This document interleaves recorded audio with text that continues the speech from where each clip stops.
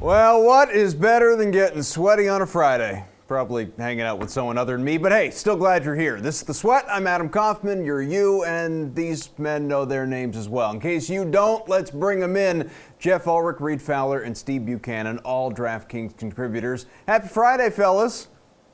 What's up, Kauf? All smiles. Good to see you. All right, let's jump into a little NFL high or low for Week 7. Check out some game spreads. Bukes, we're going to begin with you, pal. Packers, hot. They are 4.5-point favorites at home against the Raiders. They've also won their last 2 games, so these two heading in the same direction. Is this spread too high or too low? I think it's just too high right now. Like, you look at all the injuries that the Packers, receivers have right now. I mean, who do they have to throw to? I know MVS is questionable. Jamal Allison is doubtful to play in this game. So if they're going to rely on the run, you have to consider that the Raiders' run defense has actually been really good. When you look at fantasy points allowed, they're amongst the lowest in the league.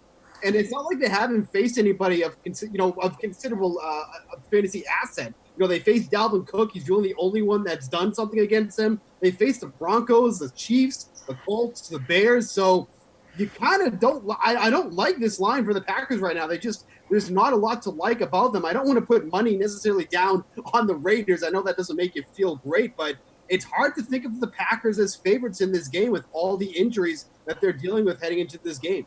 Reed, you on that same train? Yeah, I mean, the Raiders have been a team that, I was down on, which is bad because this is my team. And, they've outperformed all the preseason predictions, right? And they've really outkicked their coverage, so to speak, going into beating the Colts and then beating the Chicago Bears. Now, granted, both teams have backup quarterbacks that are playing right now, but still, right, they're playing well. The Raiders haven't won in Lambeau since the 80s, right? If you want some historical data, they haven't done well against the Packers. But to Steve's point, man, that run defense is playing solid. And you look at the Green Bay Packers, too. I think when you look at what they want to do, they want to get to Carr as much as possible. The Smith, the 2 acquisitions that they've made in the preseason in Green Bay, that's going to be tough for Oakland. And so this line, I think, is a little too high right now. But I do like the Raiders in this spot to actually cover here. Jeff, hardly recognize you without the whiteboard. What do you think? Yeah, I'm in an undisclosed location this week. It's exciting.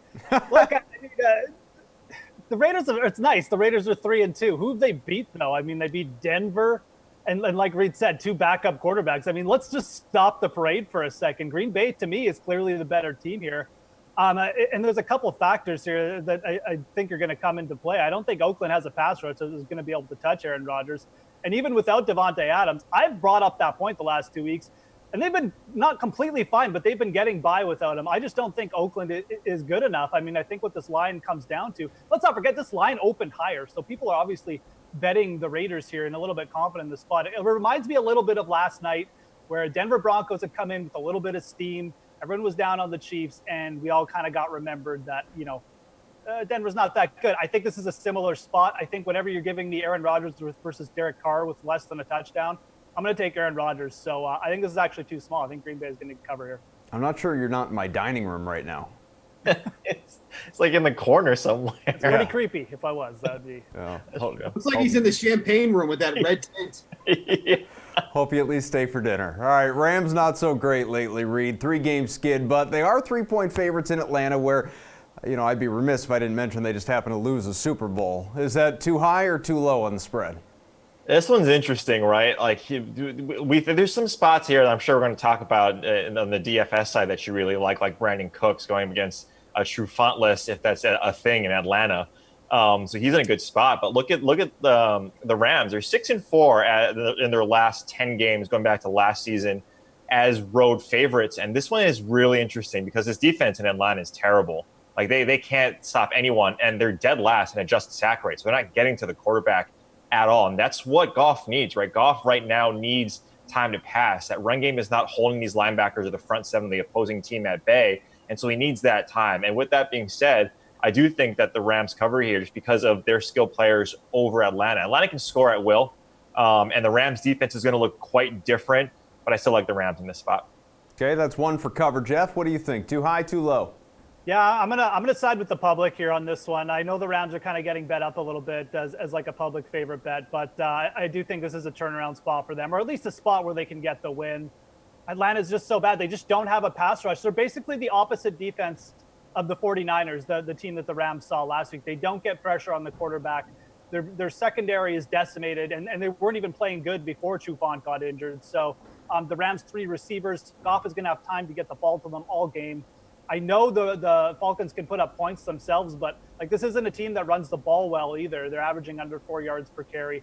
I just don't think they have enough firepower to keep up in this matchup eventually. And I do think that the Rams defense, obviously with the boost with Jalen Ramsey, I just feel like they're a better unit than they've shown the last couple of weeks. And I think that'll shine through here. So I actually really do like the Rams here if it's only -3. Bukes, Rams or Falcons? Yeah, I'll take the Rams on this one here. I mean, they've been great on the road against the spread 3-0 so far this season. And the Falcons are just one of the worst. Like, I've gone over this on numerous shows. You just don't bet the Falcons against the spread. All they do is disappoint you. 1-3 as underdogs this season. 1-5 overall. Now the Rams have an active Jalen Ramsey. His back is magically better. He gets away from the Jaguars, flies across the country. Oh, feel better. The jet lag helps. Everything's just great now over in Rams country. And one of the biggest things about going up against Jared Goff is kind of like what Jeff was mentioning, is getting him under pressure. He turns into an absolute puddle when he's under pressure, completing less than 50% of his pass attempts in that scenario. And the Falcons just do not do that well at all. So if Goff has time to throw, that's obviously one of his strengths. That's one of the things he does well. I mean, I would hope so. He's in the NFL as a quarterback, so you hope he does that well. But I mean, it's just such a massive difference when he's under pressure and when he's not. So if it's -3 right now, I think that's an excellent spot to get the Rams. Jeff, we live in a world where Ryan Tannehill is a starting NFL quarterback again. Speaking of things that are done well and, pluses and all of that stuff, they don't usually apply to Ryan Tannehill. Marcus Mariota, of course, backing him up. Titans will try to get off the schneid at home versus the Chargers. 2.5-point line favoring Tennessee. Is that too high or too low? Some serious Tannehill shade, though. I mean, I guess you're used to beating up on weak teams like the Dolphins, though, there, Kaufman, in Patriot land. Yep. Look, I mean, the sad part is I think Tannehill might actually be an improvement for the Titans, at least for the kind of offense they want to run, which is, shorter conservative passes, run the ball a lot. I just feel like probably in the short to mid pass game, he's going to be a more accurate quarterback than Marcus Mariota was. When you're really looking at these two teams, I just feel like they're so weak in certain departments. I'm going to lean towards the Titans here for one reason. I feel like the Titans defense is going to be the best unit on the field. They're top 10 in defensive DVOA. They're pretty high in adjusted sack rate as well. And I feel like them being at home with the new quarterback, I feel like that's going to be enough. And I know Chargers had some steam before the year and everyone thought they were a quality team, but let's not forget the year before under Anthony Lynn, they were 6-10. There's really not that much that has changed with this team in those 2 years. So I'm not convinced that the Chargers are really ever that good. And I do think that the Titans can cover here at home. Fuchs, you live in Patriot land. Am I being too hard on Ryan Tannehill? No, I mean, it really says something about Mariota when you go to Ryan Tannehill and everyone's like, whew, thank God. We finally got him in there. But I mean, the Titans, against the spread when they've been favored so far this season are 0-3. And I just can't imagine how you feel good about putting money, for them after the performance they had last week. Now, granted, Mariota was in for half of that game. They did show some life once Tannehill came in. But, Corey Davis is probably going to see Casey Hayward in coverage. It's just not a lot of matchups you like. And then, even last week, Derrick Henry was in such a great spot against the Broncos. That should have been a game where Derrick Henry absolutely controlled the game for the offense, but he just couldn't get it done. 15 carries, 28 yards against the Broncos run defense that really has been abysmal all season long, except when they face the Titans. I don't really like either team in this spot. So when it comes down to that, I'm just going purely off of talent. And I'm just going to have to give it to the Chargers here, with Keenan Allen, with Eckler, with Gordon. I think this is a stay-away game for me altogether, but if I have to choose here, I'll take the Chargers. All right, Reed, Bukes wants nothing to do with this game. How about you? Yeah, I think he's right in that sentiment. But wasn't Tannehill the last team in the regular season to beat the Patriots? Who remembers things like that? I don't know. I don't know either, but I mean, it was a nice story in my head that beat up on New England. But look, I mean, how are we giving all this respect to Tennessee right now? Like Tennessee, this is a team that we talk about every week that we don't know which Tennessee Titans team is going to show up. And you have the Chargers. They were really good at the beginning, and obviously when they brought back Melvin Gordon, a little bit different, right? But look, when they're on the road, right, 8-2 against the spread as an away team and 3-1 against the spread after losing with a margin of victory of 15.5 points. Now, granted, different teams, different time, but still, these guys, the Chargers, they play away games even when they're at home. They have a team that is catered to this. I don't like Tannehill. Tannehill was brought to Tennessee because he was essentially a carbon copy of Marcus Mariota. So they didn't really have to change the offense that much. And so, yes, it's a slight upgrade from Mariota because Mariota just doesn't look good at all. That's not a huge one. And I'm just going to go with Steve here, and the talent is basically on the Chargers side. One more here, Bukes. Seahawks, Ravens, basically a pick 'em because Seattle's favored by 3 at home. Is that too high or too low on this line? I think it's too low. I think the Seahawks are in a prime position here to beat the Ravens. We talk about teams that don't really have a pass rush. The Ravens are one of them there. And now you're getting somebody who has one of the best passer ratings in the league without pressure. And honestly, he's quite as good even under pressure. I mean, Russell Wilson has looked legit each and every week here. I mean, he's in the MVP conversation now, especially with Patrick Mahomes out of the mix for now. The Ravens have looked pretty decent as of late, but they've had a pretty easy schedule the last 2 weeks. I don't think the Steelers or the Bengals are going to go out there and challenge you defensively. This is by far their toughest matchup over the course of the past 3 weeks. So I like Seattle a lot in this one. I'm surprised it's only -3 here for the Seahawks. I've absolutely taken that one. I don't want to say that the Ravens don't have any shot because Lamar Jackson can do almost anything by himself here. But again, talent alone, I think I give it to the Seahawks. A lot of Hawks love, Reed. What do you think? Yeah, revenge narrative. You got Earl Thomas coming back to Seattle here. Like all the points that Steve made were correct. But like look at Baltimore too, and look at Harbaugh since 2008, since he's been the head coach. He's top 5 in covering on the road as a road underdog. And so I do like this number. I do think Seattle still wins, but I think the Ravens present a tough matchup for everyone. And Russell Wilson is playing an MVP like season. He's covering a lot of the deficiencies on that offensive line for Seattle, as always. And that defense and that secondary in Seattle is not as good as it used to be. So I think they cover, but I think Seattle still wins this. What do you think, Jeff? Kind of lockstep with Reed for the prediction. These are two teams where you think of them as defensive first teams, but they're actually both top 5 in offensive DVOA and kind of like bottom average, or like below average, in defensive DVOA. I think this is going to be a higher scoring game. I think both quarterbacks are obviously elite. Russell Wilson is probably the best quarterback in the NFL right now that Mahomes is out. So I could see the Seahawks pulling out like a 2-point win with Wilson doing something crazy at the end. I think it's going to be a close game. The Seahawks are 4-9-1 covering as home favorites in the last 3 years. So that's something to think about too. All right, guys, appreciate it. Get some rest just for a little while. Get some water, regenerate, whatever it is. You'll be back here shortly. We got a whole lot coming up on the way that you obviously do not want to miss out on. I mean, we are going to hit on Jets Talk with the PME crew. It's a Francesa Friday, of course. Later on, our weekly Paw-lay of the Week reveal. Like I said, there's a ton. Stay with us. This team is so good when everybody's playing. And like the team that they built in March and April and May, we finally got to see that car go for a test drive last week with a massive national audience. You have the biggest team in the NFC and the biggest team in the AFC facing off at 5 o'clock on, the game of the week. And the Jets with, 100 million eyeballs. I'm exaggerating, but, there's probably 50 million, 60 million viewers. Absolutely showed the world that we are the team to beat in the AFC in a lot of ways. If we can get into that tournament. But we've got to get in. The AFC looks pretty weak. You got the Patriots and you got the Bills, who I think are 1 and 2 in the AFC. And then I think there's a gap. And then there's no other teams. The Jets gave everybody a 4-game lead. They double bogeyed the first 3 holes. So they've got a ton of work ahead of them, but they happen to have, the driving distance of Dustin Johnson and the short game of Jordan Spieth. So you put these things together, you can put together a lot of low scores. And that's what we've got here in front of us now, is an opportunity. By winning that game, you look at the schedule, there was only a couple of games left against teams winning records. And one of them, like I've got my doubts about Baltimore still to some degree. That Bills game, who knows what they'll need. I mean, that could very well be flexed into prime time. It could be a fight for the division, or probably more likely fight for the wild card. Like, there's a lot of things. The team is really good. The team played really good. If we can stay healthy, this team can hang with anybody.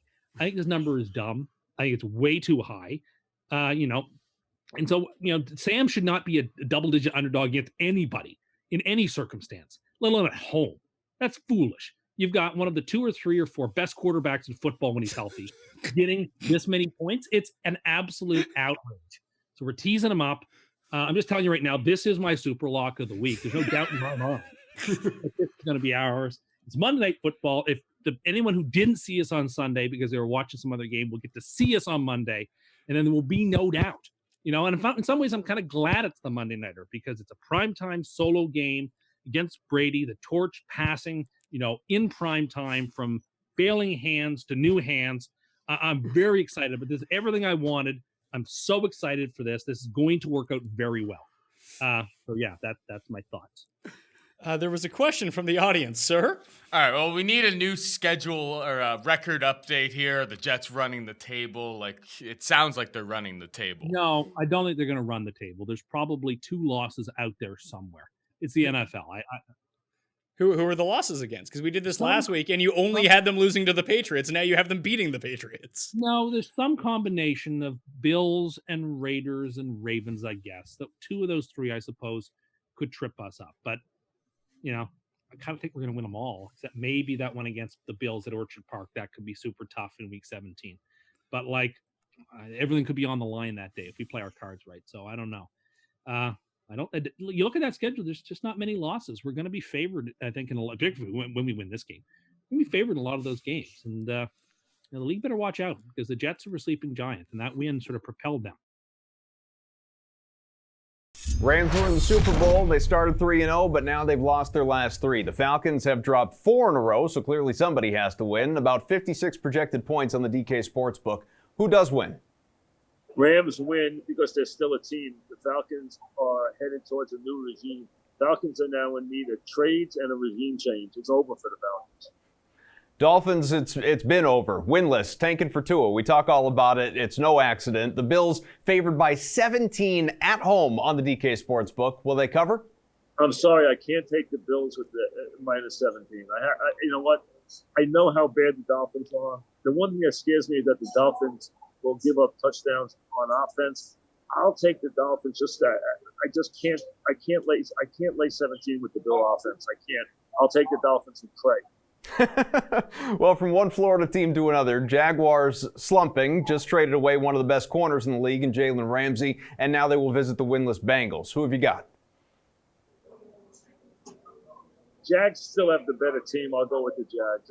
The Bengals are having a really long season. I know they beat me last week on a backdoor cover because I picked the Ravens and they gave up the backdoor cover. The Bengals got it, and they haven't stopped trying. But I think the Jaguars are the better team. Yeah, pretty soon they'll be looking for the top pick. Vikings are playing at the Lions, 2 teams that have been heading in opposite directions these last couple of games. Who takes this one? I think the Vikings have become one of the easiest teams in the league to forecast. They're great at home. They're shaky on the road. Lions got screwed in Green Bay. Absolutely, the officials destroyed them with two penalties where they called illegal, hands to the face, which were bad calls. They also had an absolute 15-yard penalty on a deep back when he didn't touch the receiver. They got screwed in that game and lost by a point. I think the Lions win. Raiders are going to try for their 3rd straight win in Green Bay, that team that obviously just capitalized against Detroit, and Packers really revitalized too. Is Oakland going to keep this up, though?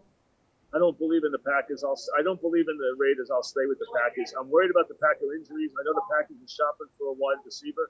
They're looking to make a trade for a wide receiver right now. They're one of about 2 or 3 teams out there looking for wide receivers. That worries me a little, but I don't believe in the Raiders yet. I'll go with the Packers. AFC South matchup, Texans, Colts, no clear favorite. Who do you like? Very good game, field goal game. I think the Texans have the hot hand right now. I like the way they're playing. I'll go with the Texans because of the quarterback. I know the Cardinals were an under team for you coming into the year in terms of total wins. They were not supposed to be very good, but they have managed to win a couple games in a row, and now they're going to visit the Giants next. It's another game that's basically a pick-'em. DK Sportsbook has the G-Men favored at by 3 at home. Is this going to be a bounce-back game for New York? Giants have to win this game. If the Giants don't win this game, their season's going to completely unravel again. They have to win this game. They have Detroit on the road next week. 2 things why the Giants will win. The Giants have 2 good players. One running back, he's back, Barkley. The other one at tight end, Ingram. The Cards don't play well against tight ends, and they turn every back loose. the back will have a big game. The tight end will have a big game, and that's enough for the Giants. Even though I think they could give up a lot of points in this game, I wouldn't be surprised if they do. But I think the Giants will cover the 3. I know you've been impressed by the Niners so far. Niners basically the Patriots of the NFC, and by that at least I mean perfect. And now they're going to face a Redskins team that has not won at home. Will San Francisco cover DK Sportsbook's 9 points? Yes, and I'll tell you why. Because this is a grudge match. There is hatred between the coach of the Niners and the whole Washington organization because of what happened with his father. This will be payback. He'll look to bury the Redskins for his father. No question about it. They hate Snyder. Chargers in Tennessee. Titans lost their last 2, decided to bench Marcus Mariota for Ryan Tannehill, of all people. Will this change actually pay off this week? That makes me absolutely go to the Chargers. Anybody that would put Tannehill over anybody, and I'm not a Mariota fan, never have been, but the Titans are a team that's much better when they're an underdog than when they're a favorite. They're favorite here. I go with the Chargers. South leading Saints have won their last 4. Still, though, no respect for Teddy Bridgewater. The Bears are favored at home. Who wins? The Saints have been winning with Bridgewater, but they've been doing it around Bridgewater. They've never let Bridgewater throw the ball down the field. And now they've made it this far, which is good. They'll lose this game because the Bears will beat them with their defense. They'll lose this game. Then they'll beat the Cardinals next week. Then they get the bye week, and Breeze will come back at 6-2, and the Saints will make the Super Bowl. Happy Friday. Let's talk some hockey. I'm Brendan Glasheen, and with your DraftKings Fantasy Flash, 6-game puck slate tonight. It's broken down beautifully by Jeff Ulrich over on the DK Playbook. I'm going to do Jeff a favor, bring his words to life right here on your screen.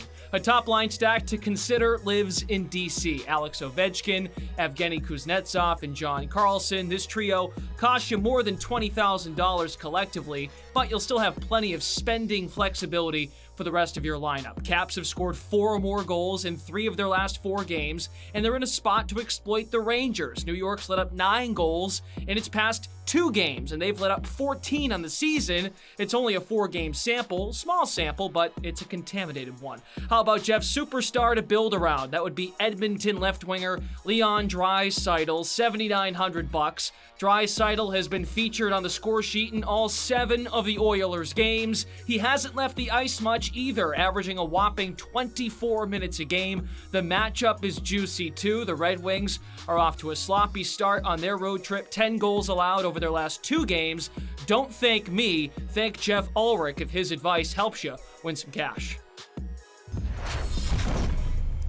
We are back with our NFL panel. DraftKings contributors Jeff Ulrich and Steve Buchanan, along with the Quant Edge's Ryan Noonan. We will hear from Reed Fowler again, I promise. Unless you don't want to, then maybe we can do something about that. This is Chalk Talk, boys. Who is the chalkiest quarterback? That's what I want to know. It's where we're going to begin. Noonan, we haven't heard from you yet, so go ahead.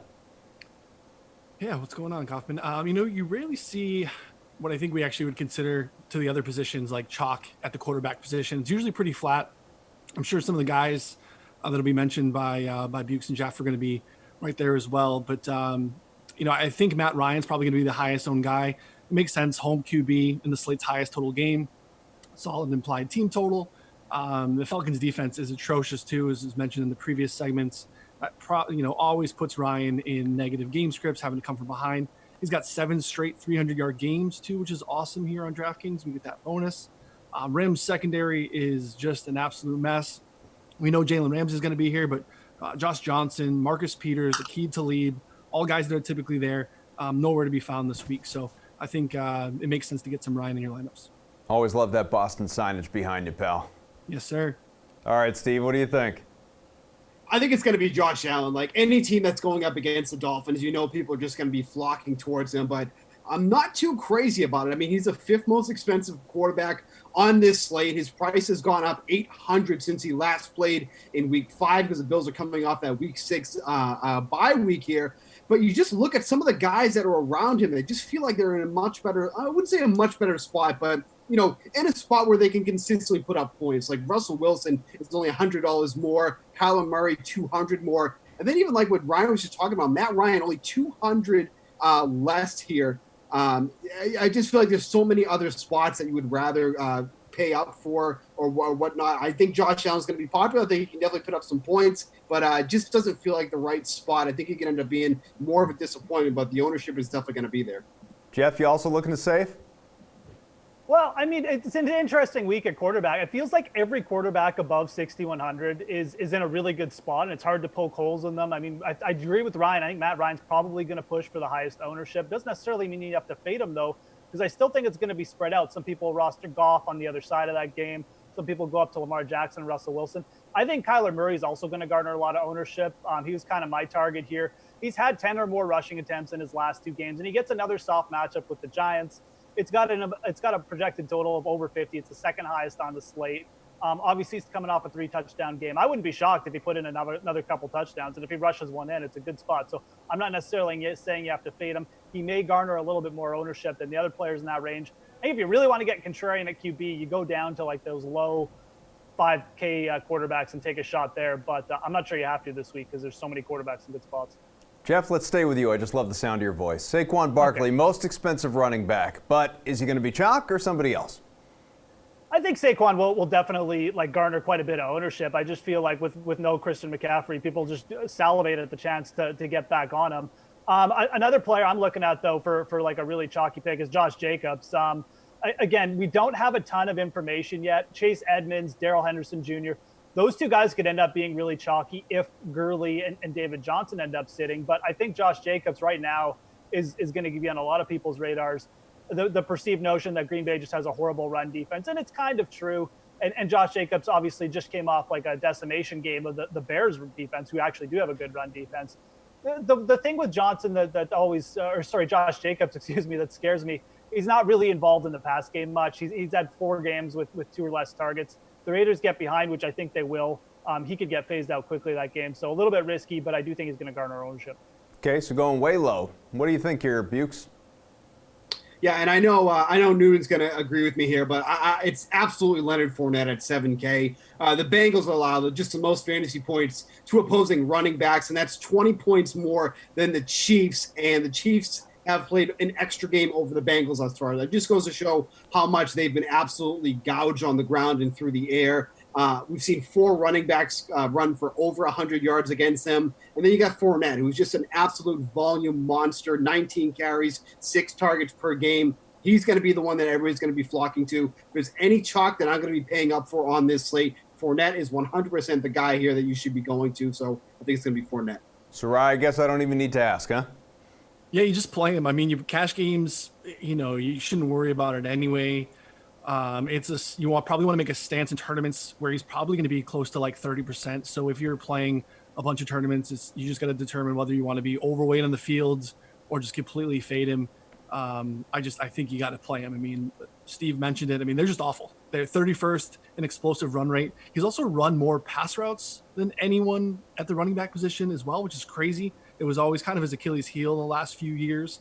So he can't get game script out. Like Josh Jacobs is a player or 2 away from being completely irrelevant on the slate. So, it just is a place to not get too cute. He, like Jeff mentioned too, though, Chase Edmonds, if we get David Johnson news, that's another guy, just play him.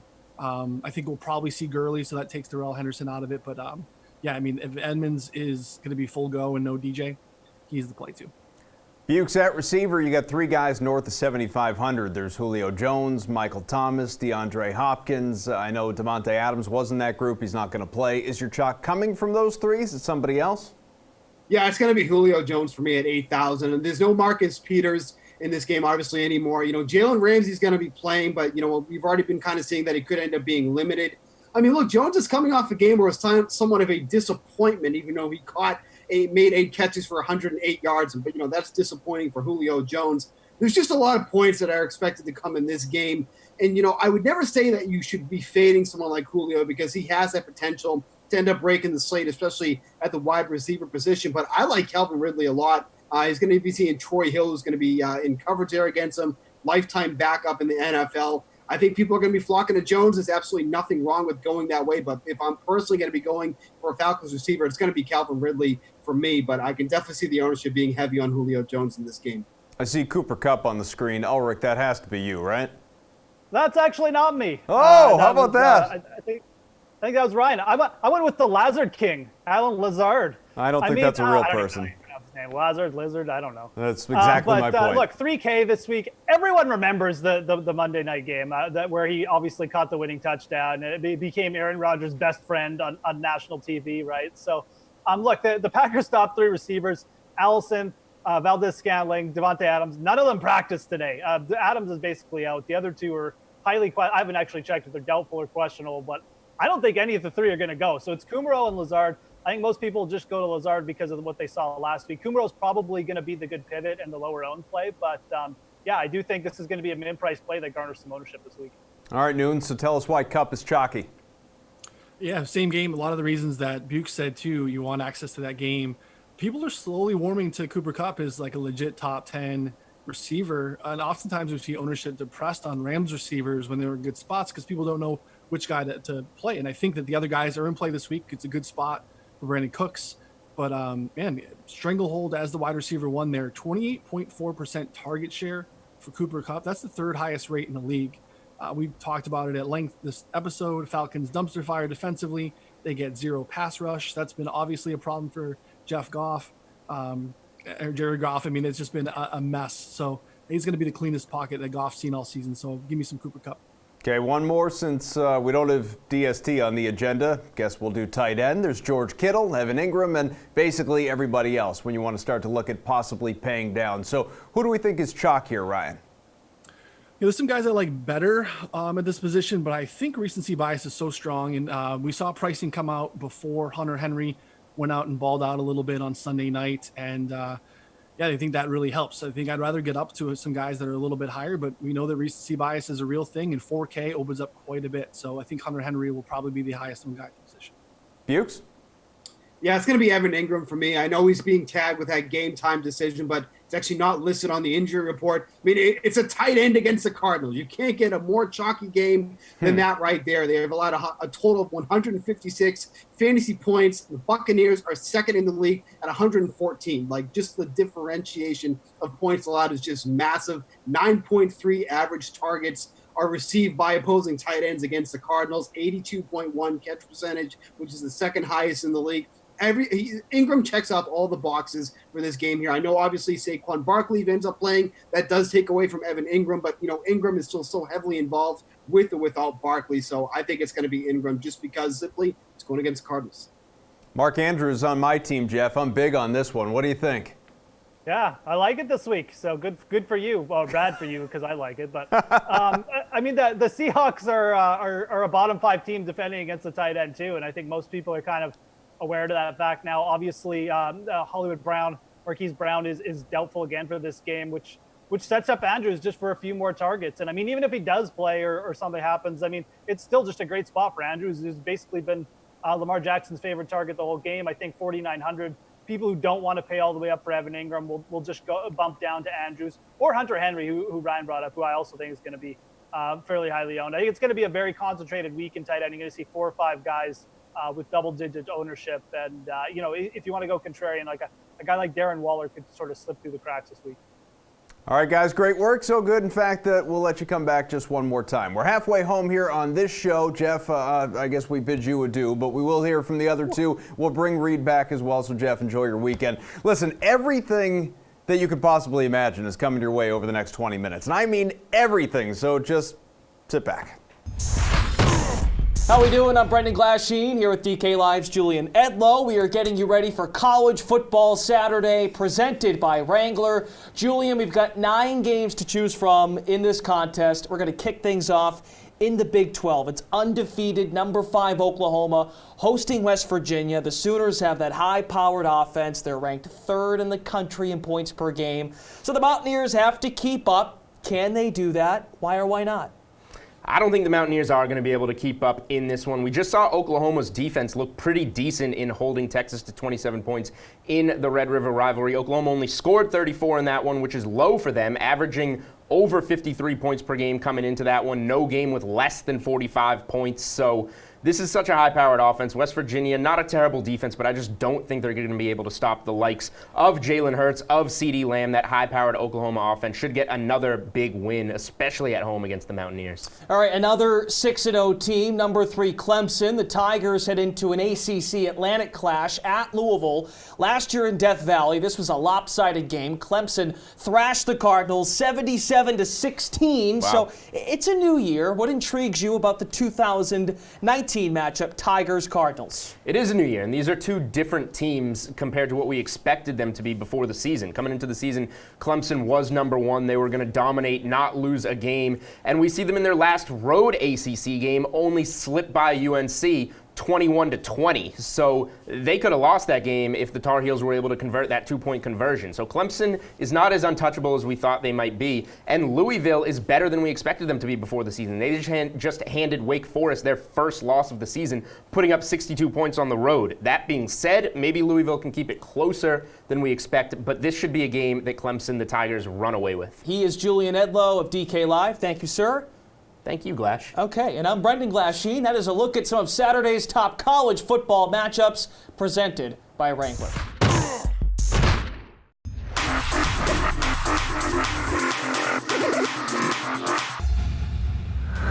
Welcome to the Price Check. I'm Pierce Dietrich. Let's look at the salaries for Kansas. Whose salary jumped up this week? Kyle Busch, $10,900 up to $11,400. He has not won since May, but he scored 80 points or more 7 times since then. Kevin Harvick, $10,500 up to $11,000 at the wide intermediate tracks. He scored a bunch of fast lap points. That's Atlanta, Las Vegas, Chicago, and Kansas. Joey Logano, $9,400 up to $9,800. He suffered damage in the spring race, so throw that one out. But he scored 90 fantasy points at the last intermediate track race.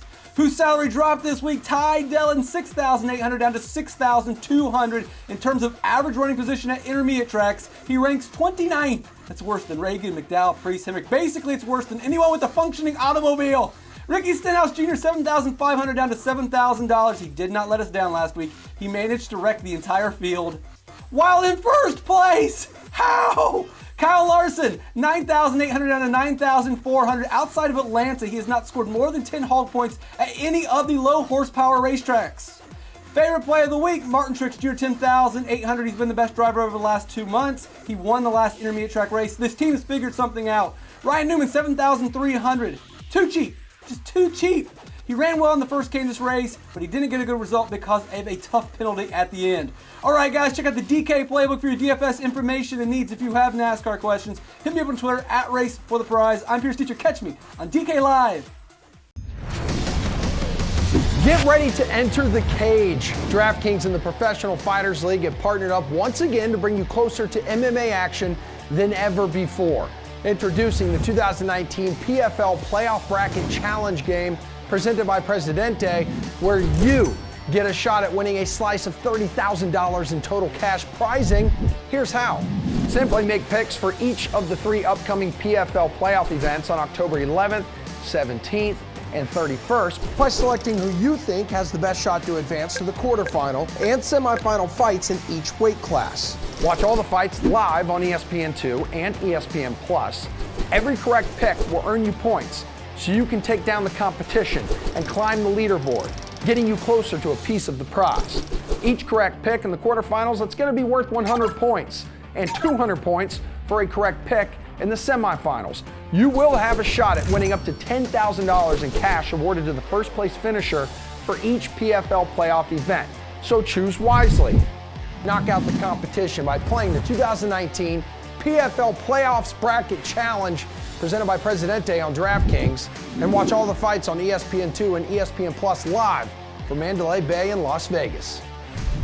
The PFL Men's Lightweight Quarterfinal, it is stacked, and Randy Couture, you've got a few words you would like to share about it. So I say Ahmed Aliyev versus Rashid Magomedov, and you say what? Tough one to pick. Ahmed Aliyev and Rashid Magomedov, coming in at 4-5. Both guys have been up and down in the regular season. You can make a case for either one of these guys winning this. It's really going to go out. Who goes out and imposes their will on the other guy. But pretty even matchup. Okay, the 3 seed Chris Wade facing the 6 and Nate Andrews. How did we feel about this one? Chris Wade has a big chip on his shoulder. He feels like he got robbed against Nathan Schultz last year and last season. Maybe a dark horse. We got him against Nate Andrews, the Rhode Island guy that's coming off a surprise victory in his last regular season match. I think they fought once before, and I don't think Chris gave him the respect he had coming, and it was a very close matchup, but Chris Wade won the decision. So going to be an interesting rematch. What will go down when Islam Mammadov fights Loic Radzhabov? Radzhabov is a tough, salty competitor. He's been up and down during the regular season. It's a tough one to pick a winner, and that's always makes for an exciting fight. So what can we expect when number 1 seed Nathan Schultz clashes with Ramsey Nijem? Ramsey is had a walkover win and a walkover loss. We haven't had to see him or seen him compete all regular season. So it'll be interesting to see, how he's faring in his camp, getting ready to fight the number 1 seed in Nathan Schultz. A lot of naysayers for Nathan Schultz. Last season, they thought he was a fluke. He stepped in and taken the number 1 seed again, and 2 great performances in his regular season outing. So it's going to be an interesting night. All right, we're getting you set for the PFL men's featherweight quarterfinal. Talk to me about this Alex Gilpin and Andre Harrison fight, please. Interesting matchup. Harrison undefeated into the finals last year and then lost to Lance Palmer. Come back strong this year. He's always a salty, very smart competitor. Gilpin came up short against Palmer in the regular season, came back strong in his second regular season fight with a very slick submission. 2 guys with great wrestling pedigrees heading up. I mean, toss a coin. Okay, so what stands out to you in this 3-6 matchup? So it's Luis Rafael Lorenzino and Jeremy Kennedy. Lorenzino is coming off of a knockout of Jeremy Kennedy in his first outing for the PFL. Kennedy came in a very big favorite in this division, and coming off a big win streak in the UFC, and then ended up getting clipped. He's outsourced his training now. He's kind of got himself back on track, and this is going to be a really interesting rematch from the regular season. Next up, Movlid Khaybulaev and Daniel Pineda. What are your expectations? Movlid Khaybulaev took the league by storm with the fastest knockout and a flying knee in his opening match in the regular season. So he's got a full head of steam to secure that number 2 seed. Daniel Pineda got a walkover win. We haven't seen a lot of him, so he's taking on one of the favorites in the division right off the bat. Should be interesting. And then the number 1 seed Lance Palmer facing Gaji Rabadanov. How does this one play out? Well, Lance Palmer's coming in with a full head of steam, last year's champ. I love his style. Some people boo him because they think he's a little too controlling and uses a little too much of his wrestling, but it really works for me. And I think he's the favorite for this division probably, but he's going to have his hands full with Gaji Rabadanov, who's relatively untested, slid in to get the number 8 seed. It'll be interesting to see. Both these guys use their wrestling very, very well. So who's going to establish their game and control the other guy?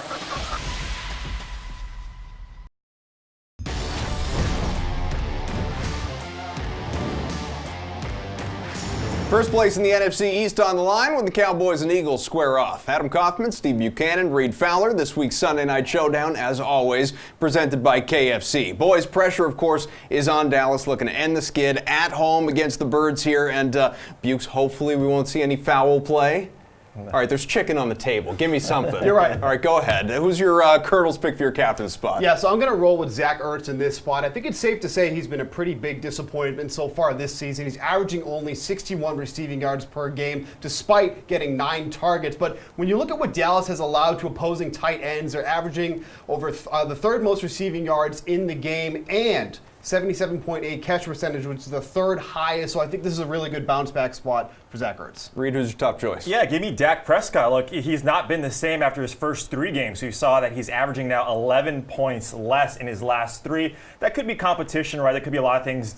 Zeke isn't really running the ball that well. But look, you get a secondary in the Eagles, one of the worst, right, in the NFL. 9th best for opposing quarterbacks. Give me Dak. Who else do you have on your winning rooster? Oh, here we go. It's Gallup. It's Gallup. Pun, I mean, there's a lot of injuries in Dallas, and Gallup should get that wide receiver 1 spot. Talk about that secondary. They give up a ton of production to those edge receivers, not so much in the slot, but on the edge. And Gallup is going to absolutely eat there. That secondary really bad. They're number 1 for opposing wide receivers, the most fantasy points given up. Yeah, I'm going to go with Jordan Howard in this spot. When you think about using the Eagles running backs, it's usually tough to pick one out, but I like Howard here. He's still averaging 11 targets per game, and he's getting all the goal line carries, 44% amongst the team. In comparison, Miles Sanders is second, getting over 27, so at least Howard is the guy there when they need to punch one in, so I'm going to go with Jordan Howard. Okay, fellas, always fun. That's going to do it for the latest edition of the Sunday Night Series presented by KFC. Try the new KFC wings. These right here today with your choice of buffalo, honey barbecue, or Nashville hot sauces. I know, sounds good. It's finger licking good. What's up? I'm Brendan Glasheen, and with your DraftKings Fantasy Flash. So, Pelicans-Raptors next Tuesday night is setting up to be maybe the least entertaining game ever to tip off an NBA season. From Adrian Wojnarowski, Zion Williamson expected to miss a period of weeks to start the regular season. A severe injury has been ruled out. Woj adds the Pels are clearly treating Zion's injury with an abundance of caution, but there is no shortage of confidence on a full recovery. So, we'll watch the Raptors championship banner be raised. Toronto players will get their rings, and then what? No Kawhi, no Zion. I guess get a nap in before Lakers Clippers on the West Coast. In all seriousness, New Orleans is absolutely in the right to be extremely careful with its young star. Truly, what are the expectations for the Pelicans this year? Maybe make the playoffs. It'll be tough in the loaded West, even with Zion for all 82. There is no point in playing him if he is not right. When the Pelicans won the draft lottery, remember, did you see the team's ticket office wilding out? Zion is not your ordinary number one overall pick. He has changed the outlook of this franchise for the next decade and a half. Now, the questions. How do the Pels adjust, and what's their identity here these next few weeks? Zion is obviously the centerpiece, so roles will have to change. The offense may flow through the former Lakers and Brandon Ingram and Lonzo Ball, who have started in the preseason. And from a league standpoint, is it still a slam dunk Zion wins Rookie of the Year? This now creates an argument for Ja Morant or RJ Barrett if either gets off to a good start.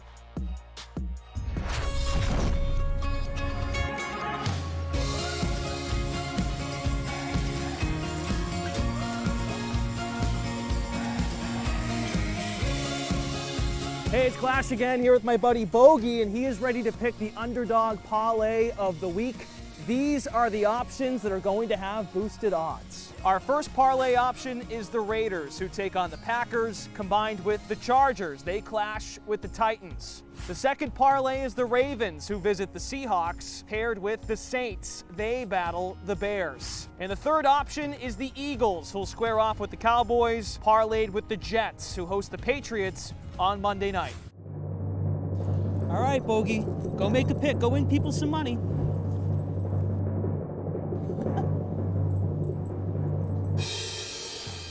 Okay, it looks like we have our parlay of the week. Odds have been boosted.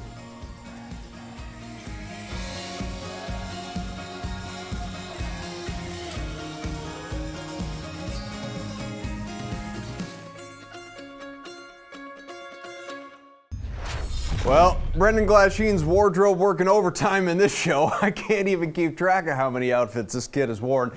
All right, parlay of the week. Big reveal with Glash and Bogey. They are adorable. Reed, Steve, Ryan, they're all back.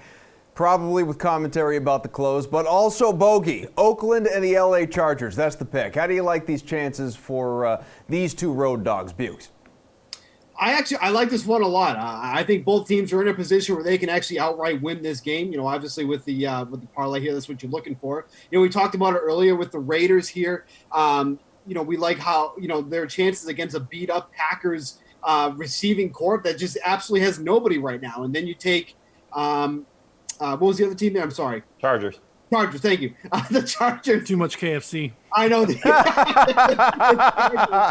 Hey, there's nothing wrong with that, man. It's some great chicken, by the way. Wings were delicious. Right, absolutely. But so the Chargers going against the Titans with, you know, Ryan Tannehill under center here. I like this parlay a lot. If there was one that of the three that we were showing there, this is the one that I like the most. So I do like this one. Reed, let's see if you have a KFC hangover. What do you think? Yeah, those jackets, they just felt too good on us. I didn't want to ever take them off. But yeah, I mean, like we laid out the reasons why both teams have a good shot. You know, I think the Chargers, when you just look at the skill positions, I think they match up nice against Tennessee. Tennessee secondary, you know, their defense is pretty good, and I think that's why that number is there, is that DVOA for Tennessee is top 10, and their adjusted sack rate is also within the top 10. And look, the Raiders, they're trying to make a statement here that AFC West is up for grabs. And so going to Lambeau, their history is not good there, but they do got a shot. So this is a good one. Ryan?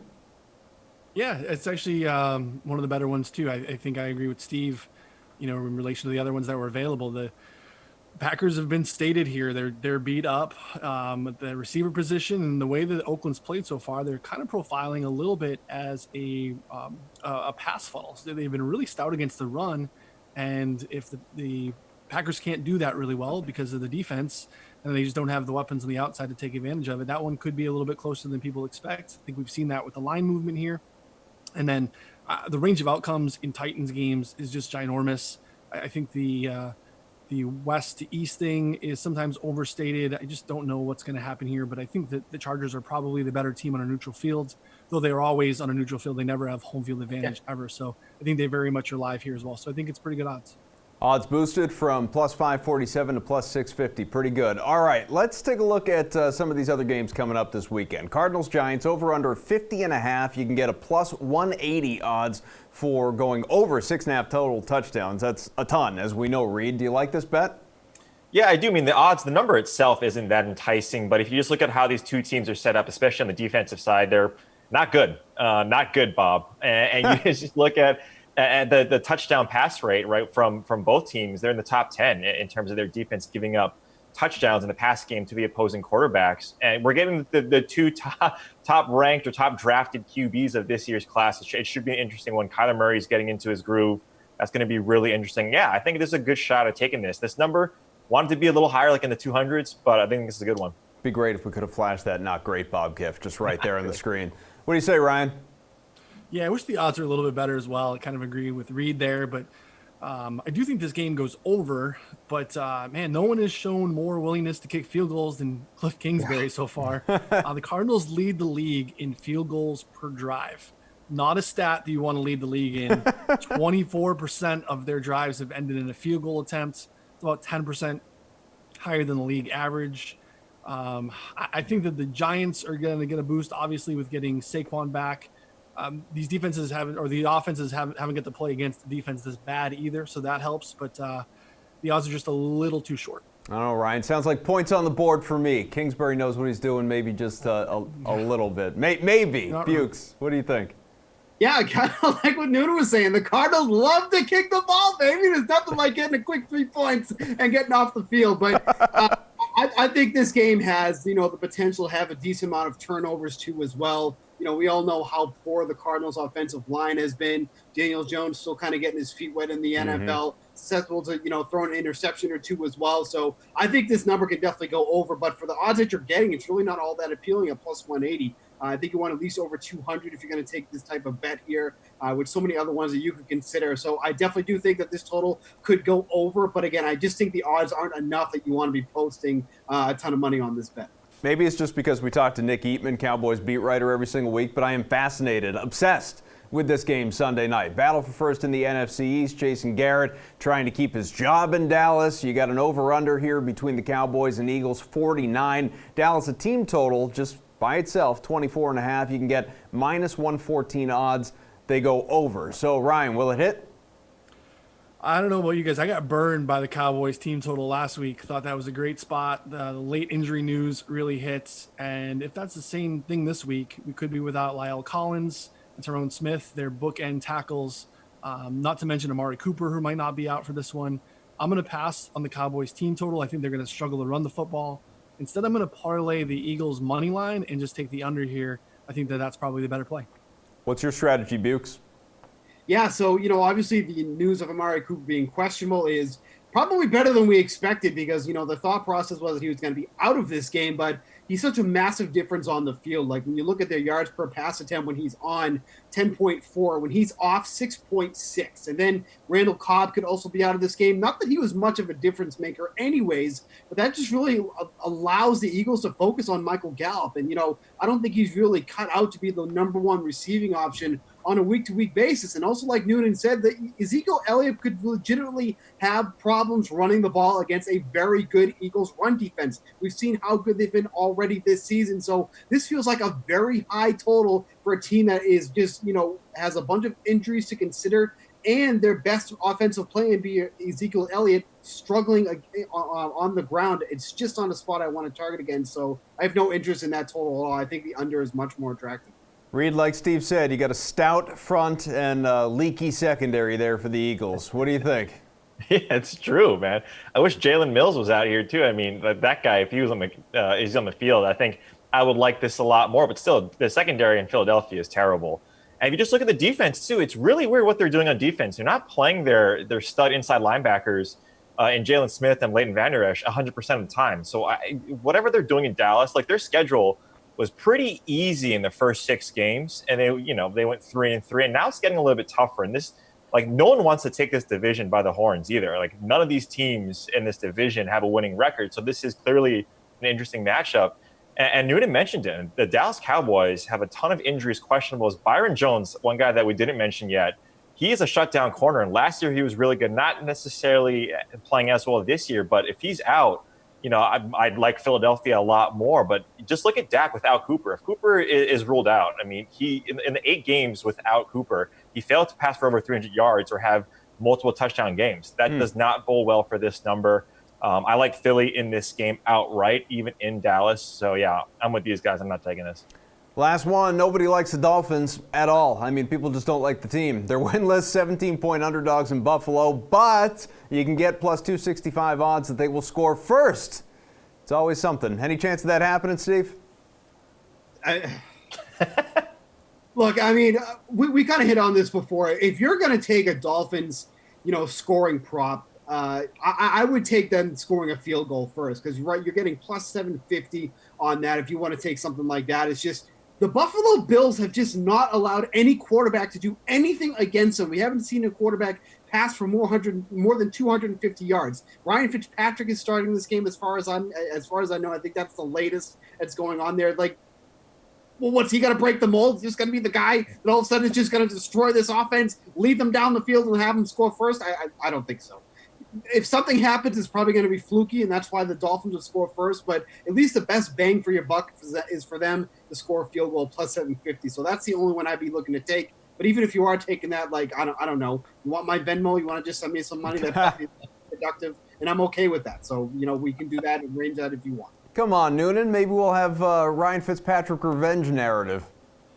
Yeah, sure. Why not? I think that Bukes is onto something, though. He talked about it. This is full circle. I'm a professional here. Bukes talked about Josh Allen and the range of outcomes of Josh Allen. We're either going to get a Dolphins pick 6 or a pick 6, and then they do the Dolphin thing and they run out of bounds. They go 3 and out and kick a field goal because they're already in scoring position. So that's pretty much the only scenario. Deep thoughts. They're not winning the toss, getting the ball, and driving the length of the field and scoring. But we know that Josh Allen isn't super protective of the football. He is very open to throwing it to the other team. So I think plus 270 is, I've spent money on worse things. Reed, sounds like Ryan could be convinced. You? No. I think he likes his money. I mean, like, you missed an opportunity there with some hooting a blowfish line with Dolphins Make Me Cry. I was really hoping for a pun coming out from you. But, like, look. I think I hit my pun limit in this show. It's true. When you talk about the Dolphins, and this question always comes up because it's the only one that's actually feasible, right? It's sort of a coin toss, so to speak. But like in terms of time of possession in the first quarter, like Miami is 18th, which is not bad, but Buffalo is number 1. So whenever they get the ball, if they win the toss or whatever have you, they have the most opportunity to score. And Miami hasn't scored first the entire season. So is this the time against a really stout defense that it's going to happen? Absolutely not. Guys, we got about a minute left, so I want to be quick with each of you, but we do want to, of course, mention Patrick Mahomes is done for at least a little while. We haven't gotten into that yet, but with the injury last night to start off Week 7, he's got the dislocated right kneecap. He's not going to play, according to the reports, for at least a few weeks. Could be much longer, so Matt Moore show right now. Bukes, again, quickly, like 15 seconds, what's the fantasy impact on KC? I mean, it's devastating, but, at least Moore looked at least somewhat comparable last night. The schedule is very tough, though, upcoming, so I think that's really going to put a hammer down on KC. Noonan? Yeah, you can really start to use running backs against KC. They've been able to hide because they've had Mahomes. They get into positive game scripts. Now you're going to be able to exploit their really bad run defense. So I love it. As long as Mahomes misses that Pats game, we're good to go. What's the plan, Reed? Yeah, I mean, all the secondary guys, tertiary like Pringle and these guys, they're out. You play the guys like Kelsey and Hill, they're fine. Hopefully they go 2-2 when he's out. All right, guys, thank you very much. Enjoy your weekend. We have got to get out of here. Remember, the Sweat comes your way on Sunday, SNY, if you're in the greater New York area, 11 a.m., 11:30 with our show here on Facebook, YouTube, Twitter, Periscope, everywhere else, all the way until kickoff at 1. Enjoy. Have a great weekend.